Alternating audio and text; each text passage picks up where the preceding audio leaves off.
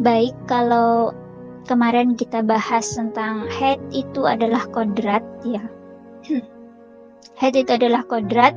Sekarang kita masuk pada pembahasan hikmah wanita haid.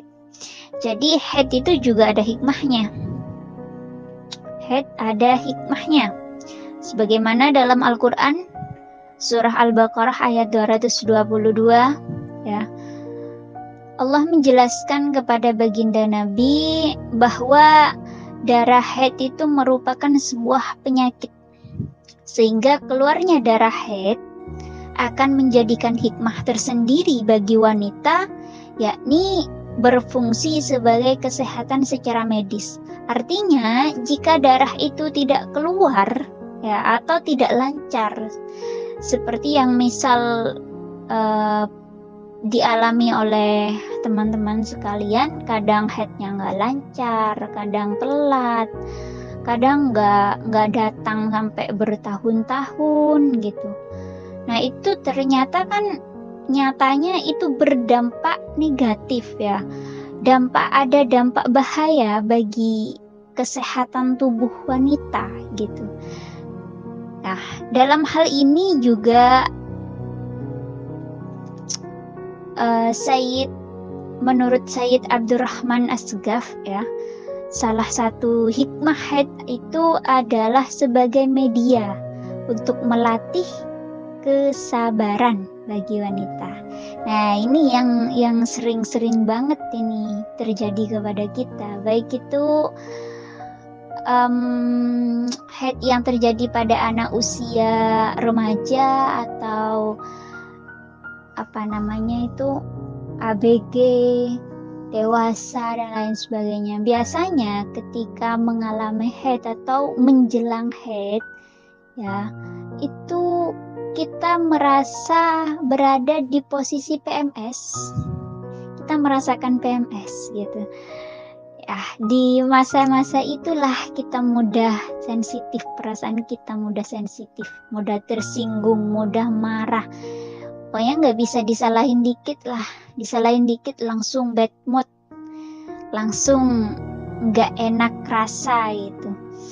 Nah, ini yang dimaksud oleh Sayyid Abdurrahman Asgaf bahwa haid itu adalah media untuk melatih kesabaran bagi wanita. Caranya bagaimana? Itu kan soal rasa ya.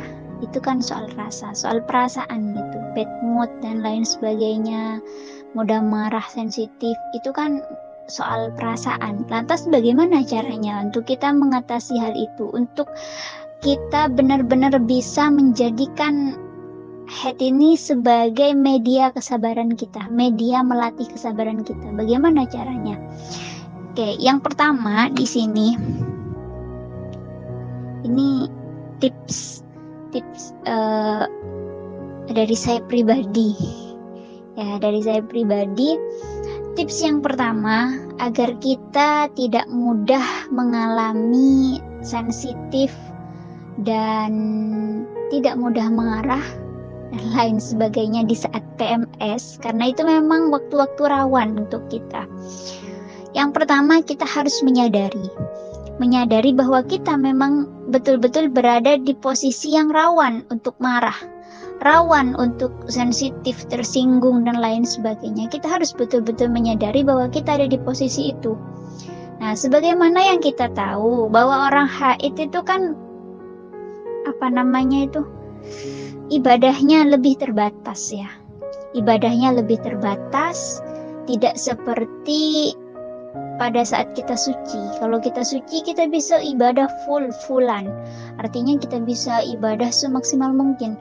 Tapi ketika kita haid, kita misalnya udah mulai marah, kita nggak bisa ambil wudhu, nggak bisa ngaji dan sebagainya gitu. Kita hanya bisa berzikir.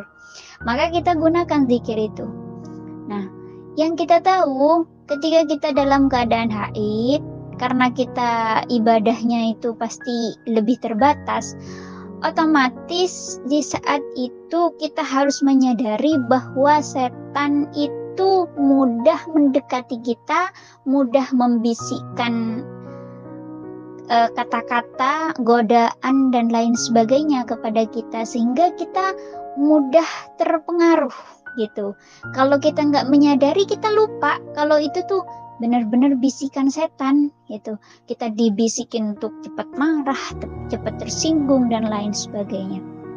Nah, yang pertama kita harus betul-betul menyadari bahwa kita berada di posisi yang rawan untuk digoda, untuk tergoda, untuk terbisik oleh bisikan-bisikan setan. Itu yang pertama. Jadi ketika kita menyadari itu, maka kita harus mewanti-wanti dengan zikir. Maka perbanyak, ya, tambah lagi zikirnya. Ketika kita menyadari itu, langsung saja astagfirullah, astagfirullah gitu. Berarti ini setan nih gitu. Kalau mau marah ya udah marah aja sama setan. Jangan marah sama orang-orang sekitar kita gitu. Itu yang pertama. Yang kedua, kita itu ketika sedang mengalami haid atau kita lagi PMS kayak gitu, kita seolah-olah ingin selalu dimengerti gitu, ingin selalu dimaklumi, ingin selalu dipahami gitu. Padahal belum tentu orang yang ada di sekitar kita itu semuanya peka. Nah, ketika mereka tidak peka, maka kita sendiri yang tersiksa oleh perasaan kita gitu. Perasaan yang seperti apa? Seperti kita mudah tersinggung, kita mudah marah dan lain sebagainya. Itu kan sebenarnya ketersiksaan diri sendiri, ketersiksaan perasaan kita sendiri gitu.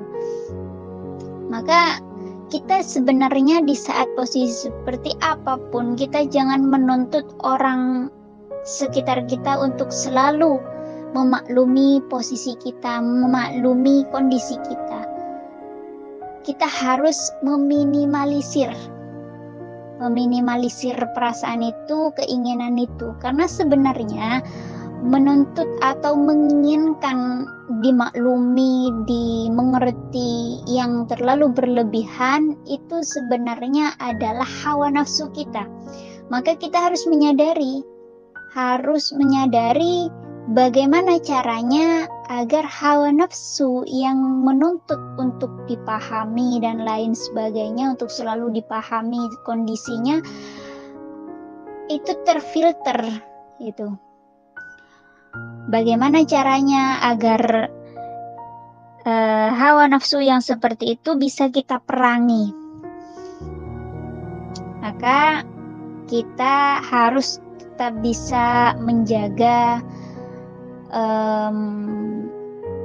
sikap kita, ya, adab-adab kita kepada orang-orang sekitar kita. Baik itu kepada misalnya yang punya suami, kepada suami, agar tidak mudah marah-marah, minta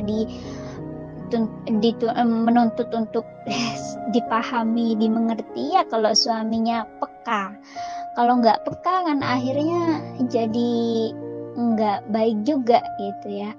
Jadi sebelum kita menuntut orang di sekitar kita untuk memahami kita, kita harus memahami diri kita terlebih dahulu. Seperti itu. Nah, ini sudah selesai.